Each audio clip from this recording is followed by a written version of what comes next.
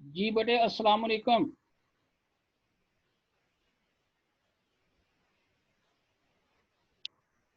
वालेकुम अस्सलाम सर। अच्छा, ये बताएं कि इस वक्त जो आपके सीआर साहब हैं, क्या नाम है उनका, कासिम साहब, वो आ गए हैं?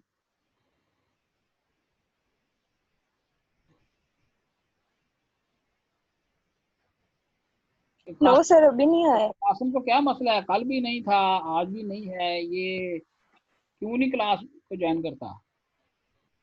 सर नेटवर्क प्रॉब्लम होता है बहुत ज्यादा गांव में। उसका गांव कौन सा है? लैया से आगे है सर।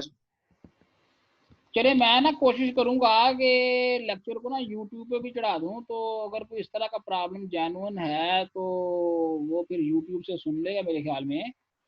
तो लेकिन ओके ये है सर। कि अपना क्लास के दौरान क्लास में आना चाहिए। तो यस सर। गूगल क्लासरूम है, वहाँ अटेंडेंस आपने इस पीरियड की भी लगा देनी है। तो आज बेटे हमने शुरू करना है, इधर एम्फीबियंस हम पढ़ रहे हैं, तो उसमें एक्सक्रीशन और ऑस्मो रेगुलेशन शुरू करना है। तो मैं अभी ये आपके साथ एक स्क्रीन दोबारा शेयर करता हूँ।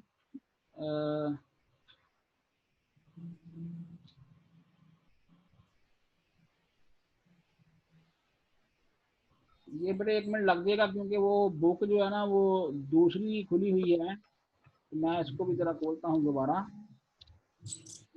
ठीक है सर, 2 मिनट लगा। कितने लग जाना यार, बस वो है ना।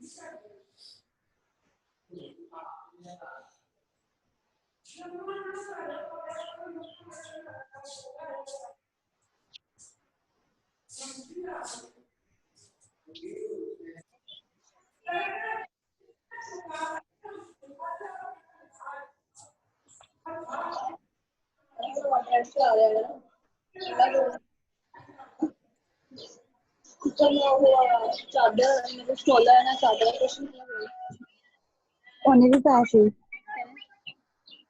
उन्हें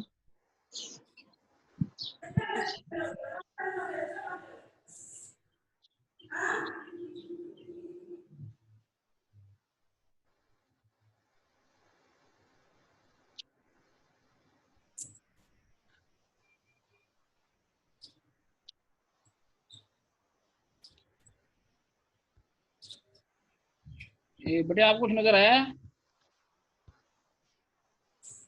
यस सर। तो ये हेडिंग है excretion and osmo regulation in amphibians. तो आपको पता है कि एक्सक्रीशन के लिए जो आर्गन एनिमल्स में मौजूद हैं वो किडनीज हैं। तो kidney of amphibians lie on either side of dorsal aorta on the dorsal wall of the body cavity. तो ये जो किडनी है ये तादाद में 2 हैं, और ये डार्सल साइड पे बॉडी कैविटी के साथ अटैच हैं। डक्ट इनसे एक निकलती है जो कि क्लोएका से अटैच होती है, और स्टोरेज ऑर्गन भी यहाँ पे है, यूरिनरी ब्लैडर। यूरिनरी ब्लैडर में ये एम्फीबियंस कुछ वाटर भी स्टोर कर लेते हैं, तकरीबन 30% तक। तो ये वाटर जो है फिर उनके काम आता है जब उनको पानी की शॉर्टेज का सामना होता है। तो ये जो यूरिनरी ब्लैडर है ना, ये वेंट्रल आउट ग्रोथ है क्लोएका के साथ। ये वेंट्रल साइड पे कह लें कि क्लोएका ही से एक आउट ग्रोथ निकलती है जिससे यूरिनरी ब्लैडर बन जाता है। तो आप जानते हैं कि जो नाइट्रोजनस वेस्ट प्रोडक्ट्स हैं वो 3 तरह के होते हैं, जो या तो अमोनिया एक्सक्रीट करते हैं, यूरिक एसिड या फिर यूरिक एसिड। ठीक है ना। या यूरिया। तो या अमोनिया। अमोनिया जो है ये लेस टॉक्सिक है, लेकिन इसको एक्सक्रीट करने के लिए बहुत ज़्यादा पानी की ज़रूरत है। जो यूरिया है वो यूरिक एसिड और अमोनिया के दरमियान में आता है। इसको यूरिया को एक्सक्रीट करने के लिए ज़रा दरमियाने से पानी की ज़रूरत है, और यूरिक एसिड जो है इसको एक्सक्रीट करने के लिए ज़्यादा पानी की ज़रूरत नहीं है, लेकिन यूरिक एसिड टॉक्सिक है। तो जो ये जो एम्फीबियंस हैं ये अमोनिया एक्सक्रीट करते हैं। Amphibians that live in fresh water excrete ammonia.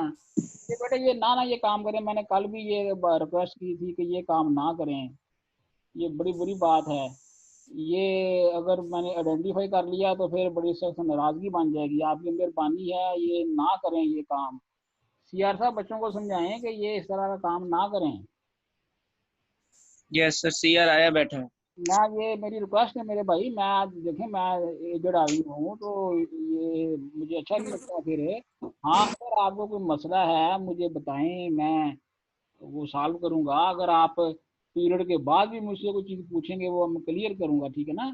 आप सब मेरे लिए काबिल एहतराम हैं, तो चूंकि आप समझते हैं, आप ज़्यादा मैं आपको क्या समझाऊं, तो आप ज़रा एहतियात किया करें। Yes sir. ये अपना कौन बोला था अभी, ये शहजाद है, कासिम है? Yes sir. यस अच्छा जी जी सर। आप बेटे अपना आते नहीं है क्लास में? नहीं सर, मैं अटेंड कर रहा हूँ। अच्छा, तो टॉक्सिक जी इफेक्ट सर। अमोनिया का ये avoided because in rapidly diffuse into surrounding water. अब देखें जो अमोनिया है ना ये टॉक्सिक है, तो लेकिन इसके टॉक्सिसिटी को कम करने के लिए इसका हल ये निकाला है एम्फीबियंस ने कि ये साथ साथ ही तकरीबन जो है ना इसको ये कह लें कि डिफ्यूज कर देते हैं सराउंडिंग वाटर में। Amphibian that spend most time on land excrete urea. जो ज़्यादा टाइम टेरेस्ट्रियल एनवायरनमेंट में रहते हैं वो अमोनिया की बजाय यूरिया एक्सक्रीट करते हैं। और जो यूरिया है वो मैंने बताया कि ये अमोनिया और यूरिक एसिड के दरमियान में आता है। although urea is less toxic than ammonia, it still requires relatively large quantities of water for its excretion। इसको एक्सक्रीट करने के लिए भी काफ़ी ज़्यादा पानी की ज़रूरत है। लेकिन आप देखें कि unlike ammonia, urea can be stored in the urinary bladder. Urea को जैसा कि हम मैमल्स भी यूरिनरी ब्लैडर में स्टोर कर लेते हैं और फिर इंटरवल्स के साथ हम यूरिनेट करते हैं, यूरिन को पास आउट करते हैं। तो जो यूरिया है ये असल में अमोनिया से बनता है लीवर में यूरिया साइकिल के ज़रिए, और इसको बनाने पे एनर्जी खर्च होती है। तो जो एक्वाटिक एनिमल्स हैं वो चूंकि अमोनिया ही एक्सक्रीट करते हैं जो कि बराह रास्त नाइट्रोजनस वेस्ट प्रोडक्ट है। जो एक्वाटिक एनिमल्स हैं वो अमोनिया से यूरिया नहीं बनाते या वो यूरिक एसिड नहीं बनाते, यानी इस तरह वो अपनी एनर्जी को कंजर्व रखते हैं। आप देखें फिश है वो भी अमोनिया एक्सक्रीट करती है, तो अगर फिश यूरिया या यूरिक एसिड एक्सक्रीट करेगी तो उसको पहले ये बनाना पड़ेंगे, और इनके बनाने पे एनर्जी खर्च करना पड़ती है, और एनर्जी खर्च करने के लिए फिर खुराक की ज़रूरत होती है। तो ज़ाहिर है कि ये जो एनिमल्स हैं इनकी स्ट्रेटजीज ऐसी ये अपनाते हैं जिससे इनकी सर्वाइवल यकीनी हो, यानी कम खुराक पे भी एनर्जी को बचा कर इन्होंने ज़िंदा रहना होता है। तो फिश फार्मर जो हैं वो बखूबी इस चीज़ से आगाह हैं कि फिश जो है वो भी एक कह लें कि एक्टोथर्मिक एनिमल है, उसे भी अपना टेम्परेचर मेंटेन नहीं रखना पड़ता, वहाँ से भी एनर्जी बचती है। और अमोनिया एक्सक्रीट करती है फिश, वहाँ से भी एनर्जी बचती है। तो एनर्जी बचने का मतलब ये है कि खुराक बचती है। और तीसरी बात आप अगर फिश के हवाले से करें तो उसकी बॉडी स्ट्रीमलाइंड है, बॉडी के स्ट्रीमलाइन होने से उसकी जो मूवमेंट है पानी में उस पर भी एनर्जी कम खर्च होती है। तो एनर्जी कम खर्च होने का मतलब ये है कि फूड कम खर्च होती है। तो जो फिश फार्मर हैं वो अच्छी तरह से समझते हैं, वो फिर कह लें कि फिश के फार्म बनाते हैं, और आजकल तो बड़े बन गए हैं और बड़ी तेज़ी से वो कह लें कि ग्रो कर रहे हैं, उनका बिजनेस ग्रो कर रहा है। तो असल में फिश की जो एनर्जी कंजम्पशन कम है इस वजह से उसकी फूड कंजम्पशन कम है, और जब फूड कंजम्पशन कम होगी तो खर्चा कम है। तो इसलिए जो फार्मर फिश को रियर करते हैं वो ज़रा फ़ायदे में हैं। तो जो कोल्ड ब्लडेड एनिमल्स हैं, जैसा कि ये एम्फीबियन भी उसी में आते हैं, इनका भी यही प्रोसीजर है। ये एनर्जी कम खर्च करते हैं, यूरिया की बजाय अमोनिया एक्सक्रीट करते हैं। आप देखें, one of the biggest problem that amphibians face is osmoregulation. In water, amphibians face the same osmoregulatory problem as freshwater fishes. They must read the body excess water. अब देखें, fresh water में जो animals हैं उनकी body में पानी की flooding रहती है, क्योंकि बॉडी के अंदर कुछ ना कुछ सल्यूट तो होते हैं, तो पानी जो है उनकी बॉडी में अजाफी तौर पे आया रहता है। फिर उसको वो एक्सक्रीट करने के लिए वो डाइल्यूट यूरिन प्रोड्यूस करते हैं। Amphibians kidney produce large quantities of hypotonic urine. Hypotonic का मतलब ये है कि ऐसा यूरिन वो प्रोड्यूस करते हैं जो डाइल्यूट है, जिसमें सल्यूट्स कम हैं। And the skin and walls of the urinary bladder transport sodium and chloride ions and other ions into. और देखें, जो यूरिनरी ब्लैडर है वो सोडियम और क्लोराइड आयंस को बॉडी में अब्जॉर्ब करता है, ताकि इन ये ना एक्सक्रीट हो जाएं, क्योंकि अगर यही जो आयंस हैं एक्सक्रीट होते हैं तो फिर तो जो एम्फीबियंस हैं वो क्राइसिस में आ जाएंगे, आयंस की शॉर्टेज हो जाएगी, नर्वस सिस्टम डिस्टर्ब हो जाएगा। तो पानी को एक्सक्रीट करते हैं ज़्यादा मिकदार में, लेकिन आयंस को बचा के रखते हैं। तो अगर ज़मीन पे बात की जाए एम्फीबियंस की, तो फिर वो ज़मीन पर चूँकि पानी की शॉर्टेज है, फिर वो पानी को कंजर्व करते हैं। ज़मीन पर वो जब आते हैं तो इतना डाइल्यूट यूरिन नहीं प्रोड्यूस करते। Adult amphibians do not replace water bye intentional drinking. वो पानी की कमी को वो पानी पीकर पूरा नहीं करते। Nor do they have the impermeable skin characteristic of other tetrapods. और उनकी जो स्किन है वो भी इम्परमिएबल नहीं है पानी के हवाले से, वो परमिएबल है। वो अपने बिहेवियर में चेंज ला के पानी को कंजर्व करते हैं। देखें कि वो कैसे वाटर लॉस को लिमिट करते हैं, वाटर लॉस को कैसे महदूद करते हैं, by behaviour that reduces exposure to desiccating conditions. वो ऐसी जगहों पे या ऐसा बिहेवियर नहीं शो करते जिससे उनमें डेसिकेशन आए। जैसा कि पहले ही बात हुई थी, टेरेस्ट्रियल एम्फीबियंस जो हैं ये नॉकटर्नल हैं। During daylight hours they retreat to areas of high humidity. वो ऐसे इलाकों में महदूद कर लेते हैं अपने आप को। ये जो लफ्ज़ है ना रिट्रीट, इसका मतलब ये है कि विद ड्रा कर लेना, यानी खुश्क जहाँ नमी कम है वहाँ से अपने आप को विद ड्रा कर लेना, और ऐसी जगह पे अपने आप को ले जाना जहाँ ह्यूमिडिटी ज़्यादा है, जहाँ नमी ज़्यादा है, सच एज अंडर स्टोन्स और इन लॉग्स। ये पत्थरों के नीचे या जो दरख्तों के तने वगैरह हैं उनके अंदर या उनके करीब लीफ मल्च जो पत्ते हैं ज़्यादा मिकदार में पड़े हुए और कुछ गले सड़े कुछ ताज़ा उनमें, और फिर बरोज़ में। तो ये तमाम वो जगहें हैं जहाँ टेम्परेचर ओपन जो एरियाज़ हैं उनके टेम्परेचर से तकरीबन 15-20 डिग्री कम होता है। देखें बेटे, जब मैदानी इलाके हैं वहाँ पे जो एनिमल्स हैं उनको इस चीज़ की समझ होती है कि दिन के वक्त कैसे ज़्यादा टेम्परेचर से बचना है। सिर्फ मैदानी इलाके में जो ज़मीन है, अगर 1 फुट आप थोड़ा सा खोद के नीचे चले जाएं तो 10 डिग्री टेम्परेचर का फ़र्क पड़ जाता है।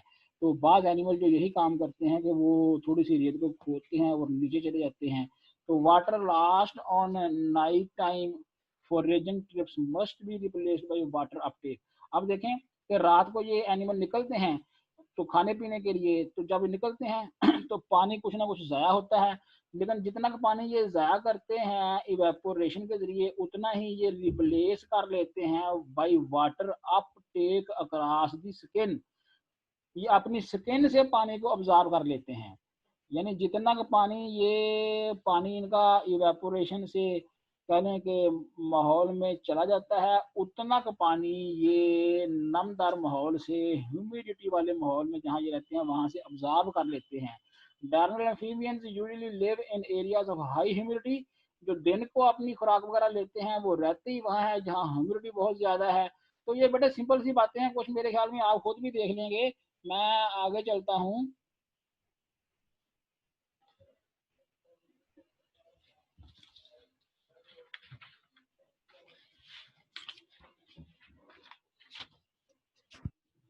अब आगे है जी रिप्रोडक्शन एंड डेवलपमेंट, ये जो चंद लाइनें मैंने छोड़ी है ना, वो बड़े ज़ाहिर है कि एक एक लाइन के साथ चलना तो मुमकिन नहीं होता।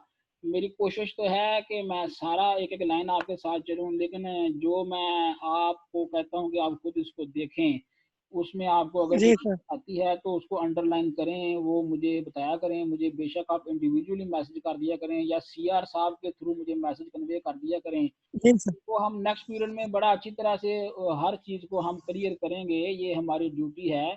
तो मुझे तो खुशी होती है जब ज़रा अच्छे अंदाज से मैं बच्चों को कह लें कि गाइड करता हूँ, और मुझे और ज़्यादा खुशी होती है जब बच्चे अच्छा रिस्पांस देते हैं।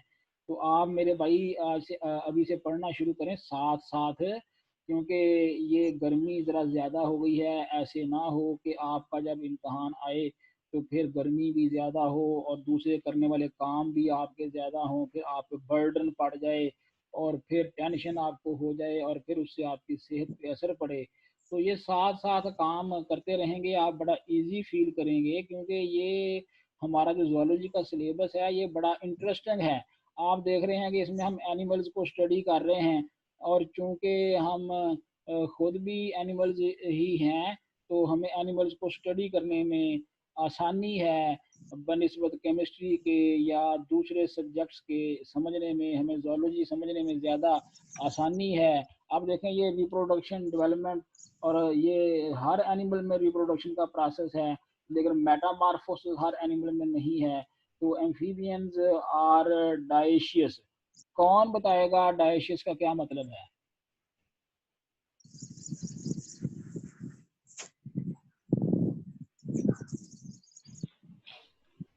both sexes in one organism.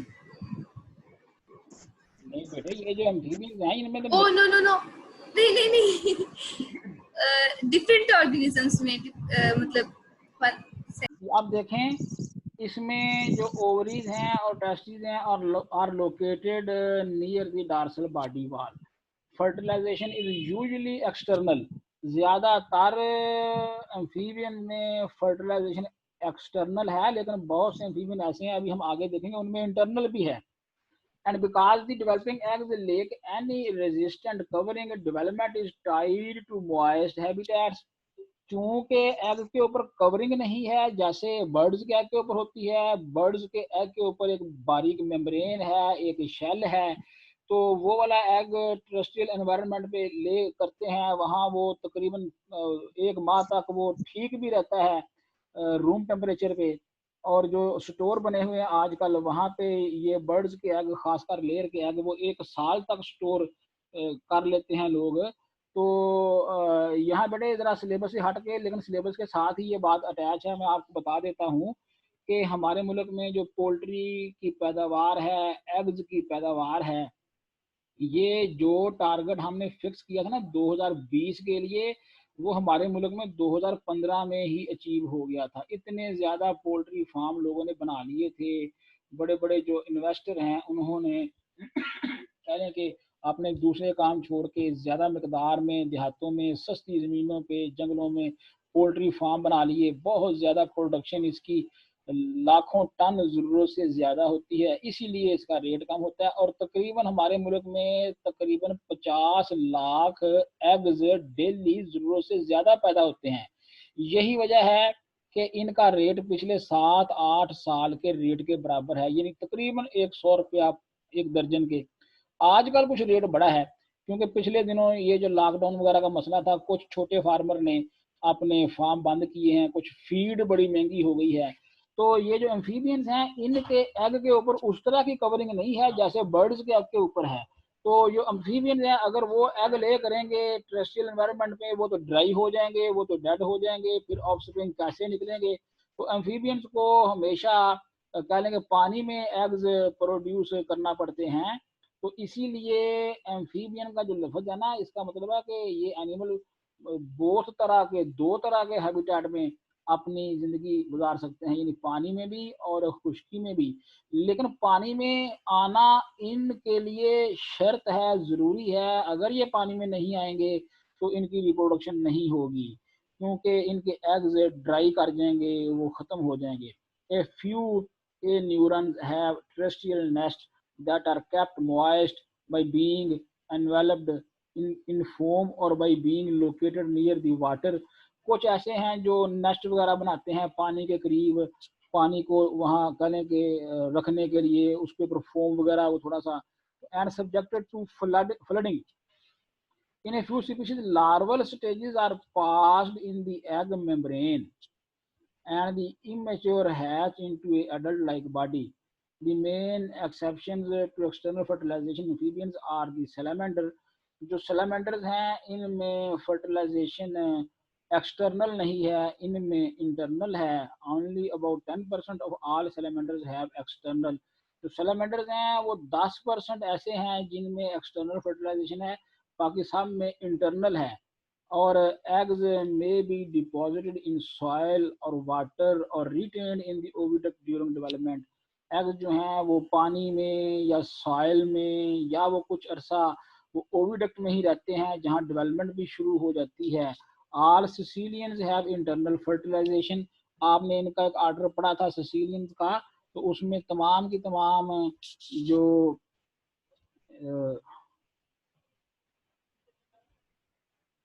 all Sicilians have internal fertilization and 75% है. ये बेटा थोड़ा बहुत ही लिखा हुआ है ना परसेंटेज के, सिसिलियन में ऐसे है, फलां में ऐसे है, फलां में ऐसे है. ये मेरे ख्याल में आप इसको जस्ट रीड करेंगे तो फॉलो कर जाएंगे, कोई ऐसा मसला नहीं है. बाकी रहा मसला के कुछ इनमें एनवायरमेंटल क्लूज होते हैं कि कब रिप्रोडक्शन करनी है, क्योंकि टेम्परेचर का सूटेबल होना ज़रूरी है ताकि नए ऑफस्प्रिंग जो हैं वो सारे के सारे जब पैदा हों तो एक्सट्रीम टेम्परेचर में वो डैमेज ना हो जाएं. तो ये फिर कह लें कि extrinsic factors determine the timing of reproductive activities. तो बहुत सारे फैक्टर्स हैं जो इनकी टाइमिंग जो है उसको रेगुलेट करते हैं. मसलन टेम्परेट रीजन्स में temperature seems to be the most important environmental factor. तमाम एनिमल्स में टेम्परेचर एक ख़ास कहने के पैरामीटर है जो रिप्रोडक्शन के लिए जिसका समझना बड़ा ज़रूरी है. बर्ड्स भी आप देखें कि फरवरी के आखिर में, मार्च के महीने में इनके जो बच्चे हैं वो हैच आउट होते हैं. तो यानी इनको भी ये अंदाज़ा होता है कि अगर शदीद सर्दी में अगर बच्चे प्रोड्यूस होंगे तो वो नहीं बचेंगे. इसी तरह अगर शदीद गर्मी में तो उनकी सर्वाइवल जो है वो यकीनी नहीं रहेगी. तो ये बड़े जिसे हम कहते हैं फेवरेबल कंडीशन वाले मौसम में ये जो है ना तमाम एनिमल्स बच्चे प्रोड्यूस करते हैं.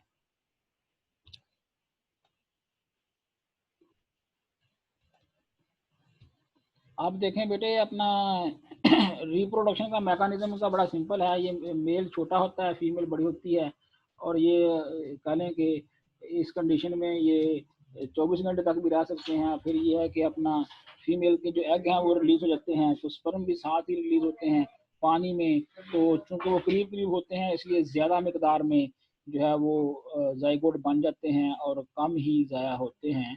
तो ये इनका कोर्टशिप बिहेवियर है. Individuals locate breeding sites and identify potential mates. Also prepare individuals for production and ensure that eggs are fertilized. ये सारा जो बिहेवियर है ना कि आवाज़ें निकालना, करीब आना, फिर एग्स का एक साथ ही स्पर्म के साथ ही रिलीज होना, तो ये चीज़ें इंश्योर करती हैं कि ज़्यादा मकदार में जाइगोट बने और ज़्यादा मकदार में नए ऑफस्प्रिंग प्रोड्यूस हो जाएं. तो ये इनकी सर्वाइवल के लिए ये ज़रूरी है. और मेरे भाई आगे देखें, इनमें ये जो है ना अपना कुछ कॉल्स हैं. देखें तमाम जो एनिमल्स हैं, ज़ाहिर है कि इंसान तो बोल सकते हैं, इनमें कम्युनिकेशन इंसानों में बड़ी हाई लेवल का मैकेनिज्म मौजूद है. बड़े अल्फाज हम मेमोराइज कर लेते हैं और हमारी जो गुफ्तगू है वो तो बड़ी एक. तो ये जो दूसरे एनिमल्स हैं उनमें चंद तरह की आवाज़ें होती हैं जिनके ज़रिए वो अपना निज़ाम चलाते हैं. तो यहाँ देखें मिसाल के तौर पे कुछ आवाज़ें हैं, उनके अलग-अलग नाम हैं इस पैरे में. तो ये चूँकि टाइम थोड़ा रह गया है, मैं आपको आप पे ये छोड़ता हूँ कि आपने ये देखना है कि कौन कौन सी आवाज़ें हैं. यानी अगर फीमेल रेडी है तो आवाज़ कौन सी है, मेल आवाज़ लगाता है तो फिर कह लें कि उसकी आवाज़ किस तरह की है. फिर अगर फीमेल रेडी नहीं है तो उसकी आवाज़ किस तरह की है. तो ये वोकलाइजेशन जो है ना, ये इनका आवाज़ निकालने का मैकेनिज्म है एम्फीबियंस का। तो ये मुझे याद आया कि इनमें भी मैंने इसके लिए भी थोड़ी सी ना वो रखी हुई है। ये मेटामॉर्फोसिस पता है आपको? ये तो बड़ा आसान है कि ये जो टेडपोल जो हैं इनके लार्वे, उनकी शक्ल और है एडल्ट्स की निस्बत। टेडपोल की कह लें कि ये फिश नुमा होता है, इसके लिम्स नहीं होते, इसकी टेल होती है। तो मेटामॉर्फोसिस के दौरान इसकी टेल अब्जॉर्ब कर ली जाती है, लिम्स निकल आती हैं, और फिर मेटामॉर्फोसिस में ये हर्बीवोर हैं, जबकि इनके एडल्ट्स कार्निवोर हैं। तो ये जो चेंजेस हैं जो एक लार्वे को एक एडल्ट में कन्वर्ट करती हैं, इनका नाम मेटामॉर्फोसिस है। अब मैं आपको थोड़ी सी एनिमेशन दिखाता हूँ, उसके बाद ये खुद ही खत्म हो जाएगी। जहाँ ये खत्म हो जाए फिर वो पीरियड भी खत्म हो गया। तो थोड़ी सी वो एनिमेशन है वो भी आप ज़रूर देखें, ताकि वो भी इससे मुतल्लिका है। मैं कोशिश करता हूँ कि वो आपसे अभी शेयर करूँ।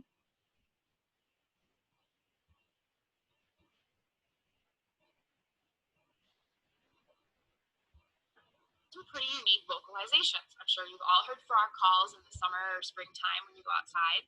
And these are used for several things. They can attract females primarily, but they also mark territory or kind of stake their claim for other males. And they can give distress calls if a predator is nearby. These calls, however, are species specific. So when you're outside, there's, I'm sure, going to be multiple different species of frogs. They all have their own calls, just like birds all have their own bird songs. That way they know who's who within their species. And like I said, this is only in frogs and toads. And it's important to note, too, that they do have a larynx and vocal cords. That's how they produce these sounds. But males also have something called a vocal sac, which you see this guy here, which helps them attract those females to them. Excretion in water conservation is also very similar in amphibians to fish. So depending on where they're at is going to depend on what their excretion substance is.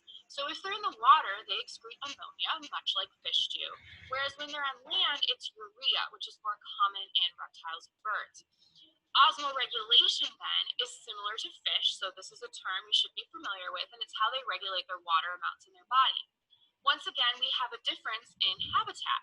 So aquatic amphibians or tadpoles must rid their body of excess water because they're always surrounded by water. Terrestrial, on the other hand, have to conserve water. So you can see how these differences are going to impact how they regulate their water quantities within their body. And they do have several methods of conserving water in general. They can store it in their bodies, they'll curl up in groups sometimes, make cocoons, they have protective coverings, and they can also absorb water through their skin. So that's really helpful if they need to conserve it already on land.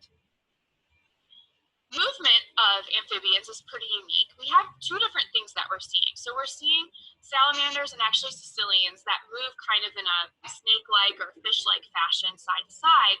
And then you see frogs and toads that are hopping and jumping. So the vertebrae themselves is modified to help provide that support on land. So fish have a more structured kind of vertebrae because they're in water and your weight is different. The mass is different in water, an organism.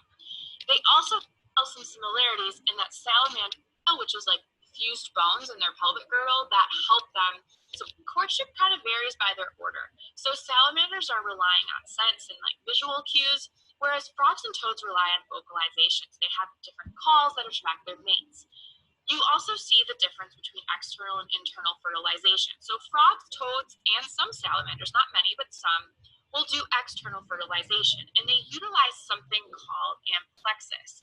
So while it looks like in this picture that you see the frogs mating internally, you're not. Instead, the female is laying eggs and the male is attached to her on top, and he drops his sperm over the eggs as she releases them from her body.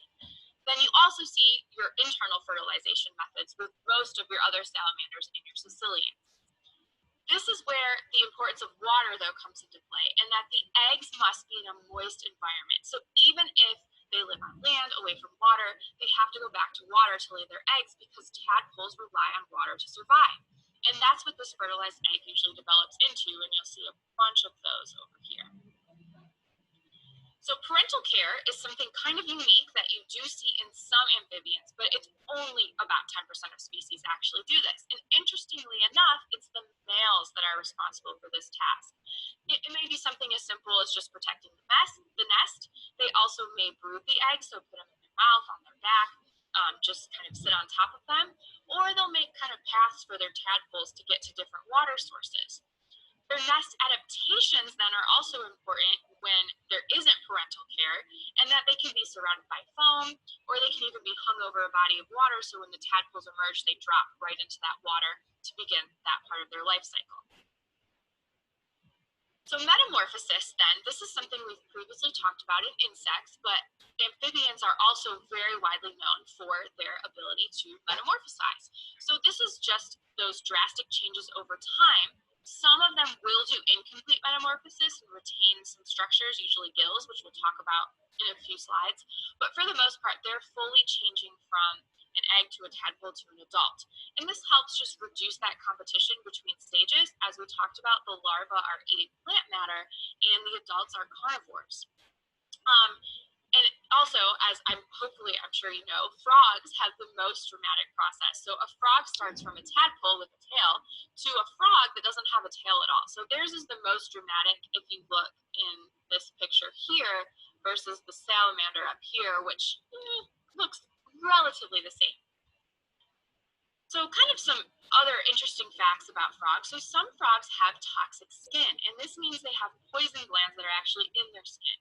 They're poisonous to touch or eat, and they usually have these bright warning colors to detract predators, as you see in this guy over here.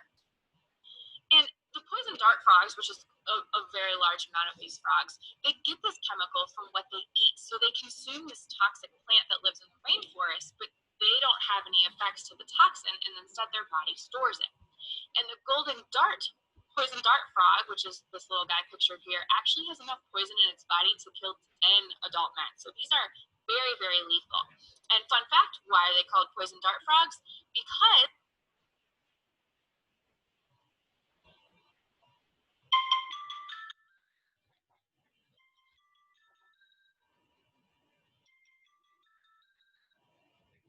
Assalamualaikum.